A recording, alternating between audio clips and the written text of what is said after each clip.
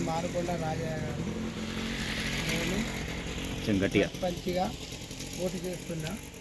నా గుర్తు ladies purse గుర్తు. దయచేసి నన్ను ఒక్కసారి గెలిపించాలని ప్రజలందరినీ కోరుకుంటున్నా. గ్రామంలో గత 5 సంవత్సరాల నుండి పోషమ్మ గుడి తవ్వ బంద్ పడ్డది, అది క్లియర్ చేస్తా. తర్వాత బీటీ సంవత్సరం బంద్ అయింది, అది క్లియర్ చేస్తా. అర్జెన్స్ ఖాళీలా వాటర్ వస్తలేవని అందరూ చెప్పుకుంటారు. నేను పోతే ఆ ట్యాంకీ కట్టిరు కానీ వాటర్ ఎందుకు ఇస్తలేరని అడుగుతారు, అది నేను క్లియర్ చేస్తా. పోతే భర్త చనిపోయిన వాళ్ళు ఉన్నారు ఒక 10 మంది, వారికి పింఛన్లు కూడా మంజూరు కాలేదట 4 సంవత్సరాలు 5 సంవత్సరాల నుండి.